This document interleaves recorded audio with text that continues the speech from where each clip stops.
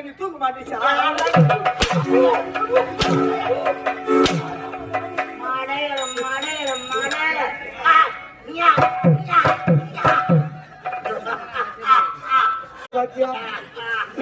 கொசுக்குலாம் எப்படி கொம்பு முளைக்கு பார்த்தா இருந்தாங்க